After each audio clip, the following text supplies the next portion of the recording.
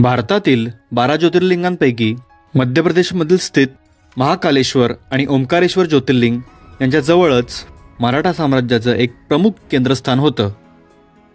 तर याच ठिकाणाला आज आपण भेट देणार आहोत, तर व्हिडिओ शेवटपर्यंत नक्की बघा। नमस्कार मित्रांनो, स्वागत आहे तुमचं आजच्या नवीन आणि माहितीपूर्ण व्हिडिओमध्ये। मी तुमचा होस्ट पार्थ आणि तुम्ही बघत आहात ट्रॅव्हलर पार्थ। चला तर मग ह्या व्हिडिओला सुरुवात करूया। आज आपण आहोत महेश्वरला। नर्मदा नदीच्या काठावर वसलेलं महेश्वर हे खरगोन जिल्ह्याचे एक प्रसिद्ध नगर आहे, जे पौराणिक ग्रंथात माहेशमती नावाने प्रसिद्ध आहे। आणि ह्याच ठिकाणावरून पुण्यश्लोक अहिल्यादेवी होळकर यांनी आपला राजकारभार चालवला। ओंकारेश्वर ज्योतिर्लिंग पासून महेश्वर हे अंतर सुमारे 70 किलोमीटर इतकं आहे। त्याचबरोबर जवळचं शहर हे इंदोर असून ते अंतर 90 किलोमीटर इतकं आहे। आता आपण आहोत किल्ल्याच्या मुख्य द्वाराजवळ। याला गाडी दरवाजा असं म्हणतात। किल्ल्यात एकूण 5 द्वार आहेत, त्यातीलच हा एक द्वार। हा आहे राजवाड्याचा प्रवेशद्वार, म्हणजेच गेट नंबर 3। आता आपण आत जाऊन राजवाडा बघूया। या ठिकाणी आपल्याला अहिल्यादेवींचा एक सुंदर पुतळा पाहायला मिळतो। आपण ज्या ठिकाणी उभे आहोत त्या ठिकाणी धान्याचा कोठार आहे। इथे तुम्ही बघू शकता अहिल्याबाईंचा एक मोठा पुतळा आहे आणि त्याच्या खाली पूर्णपणे हे आपल्याला हा जो एरिया दिसतोय तो पूर्णपणे कोठार आहेत। हवा पास व्हायला इकडे तुम्हाला सगळे आउटलेट दिसत आहेत। इकडे एक मोठा आउटलेट आहे आणि इथून जायला खाली जागा आहे। या ठिकाणी अहिल्यादेवींची पालखी आहे, ज्यात बसून अहिल्यादेवी मंदिर दर्शनासाठी जात असत।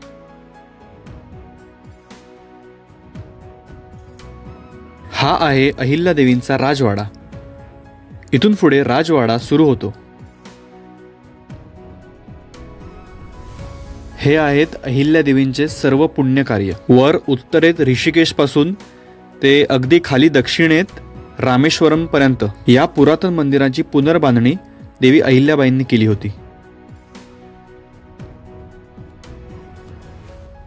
इसवी सन 1766 मध्ये त्यांचे सासरे मल्हारराव यांची मृत्यू झाल्यानंतर राज्याचा कोणी उत्तराधिकारी नसल्यामुळे अहिल्याबाईंनी महेश्वरला आपली राजधानी बनवली आणि होळकर राज्याला आपले आराध्य दैवत भगवान शिव यांना अर्पित करून एका संन्यासी रूपात शासन चालविले आणि ह्याच ठिकाणी त्यांचा राजदरबार आहे। त्याचबरोबर यशवंतराव होळकर आणि तुकोजीराव होळकर यांच्या काळातील शस्त्रही आपल्याला ह्या ठिकाणी पाहायला मिळतात।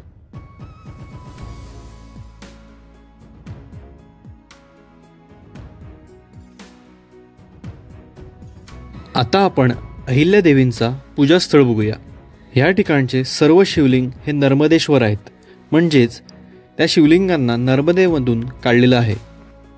त्याचबरोबर या ठिकाणी दररोज पार्थिव लिंगार्चन पूजन होत असतं, म्हणजेच नर्मदेमधील काळ्या मातीपासून हजारो शिवलिंग बनवून त्यांचं पूजन केलं जातं। ह्याच ठिकाणी अहिल्यादेवींचं पूजागर आहे। त्याचबरोबर या ठिकाणी सुवर्ण झोपाळा असून त्यावर श्रीकृष्णाची मूर्ती आहे। राजवाड्याबाहेरच एक भली मोठी तोफ ठेवलेली आहे। आता आपण 4 नंबर गेटनी खाली जाऊन बाकीच्या गोष्टी बघूया। किल्ल्याच्या आतमध्येच आपल्याला रेवा सोसायटी पाहायला मिळते। या ठिकाणी आपण लाईव्ह साड्या बनताना बघू शकतो।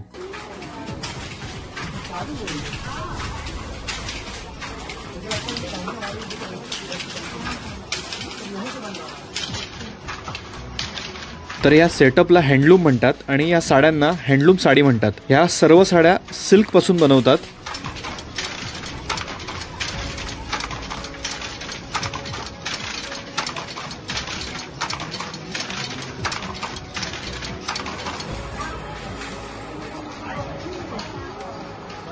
एक सिल्कची साडी बनवायला किमान 3 दिवस तरी लागतात। ह्या माहेश्वरी साड्या जगप्रसिद्ध आहेत।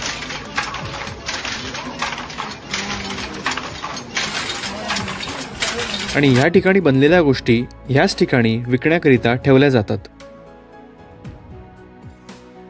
तर हँडमेड सिल्क साडी कशी बनते हे बघून झाल्यावर आपण आता अन्य किल्ला परिसर बघूया।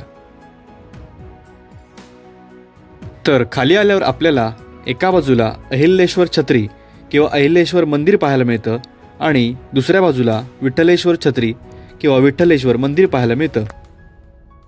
हा जो प्रवेशद्वारावरील नगारखाना आहे तो नागर शैलीमध्ये बनवलेला आहे। आता आपण अहिल्याश्वर मंदिरात जाऊन दर्शन घेऊया। ह्या मंदिरात शिवलिंगाची स्थापना अहिल्यादेवींनी केली। या मंदिराचं बांधकाम त्यांची सून कृष्णाबाई यांनी केलं।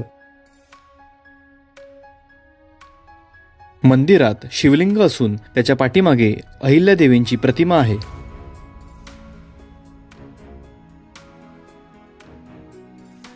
आता आपण विठ्ठलेश्वर मंदिरात जाऊन दर्शन घेऊया।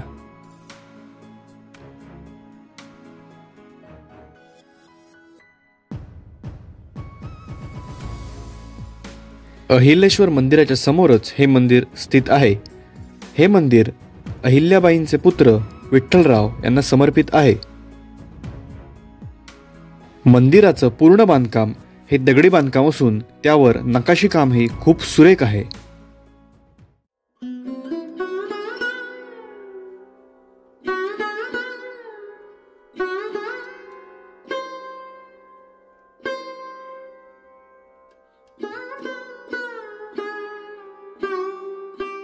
आता आपण जाऊया अहिल्या घाटवर। हे अहिल्या घाटचं मेन गेट आहे। ह्या ठिकाणचं नक्षीकाम बघून खरंच मन भारावून जातं। आणि समोरच आपल्याला नर्मदे मातेचा प्रवाह दिसतो। ही भारताची एकमात्र नदी आहे जिची प्रदक्षिणा करण्याची परंपरा आहे। याला परिक्रमा म्हणतात। लोक हिची परिक्रमा करून आपल्या जीवनाचं सार्थक करतात।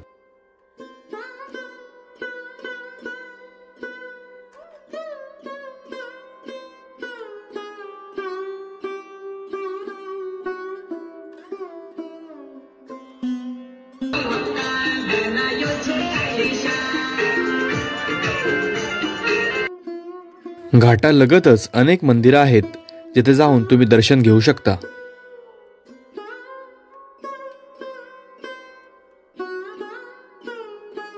तर मी लवकरच उज्जैन महाकालेश्वर ज्योतिर्लिंग आणि ओंकारेश्वर ज्योतिर्लिंग याबद्दलचा व्हिडिओ या चॅनलवर अपलोड करणार आहे। तर माझ्या चॅनलला सबस्क्राईब करायला विसरू नका।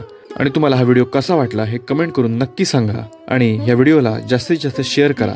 तर भेटू पुन्हा एकदा अशाच एका माहितीपूर्ण व्हिडिओ सोबत। धन्यवाद।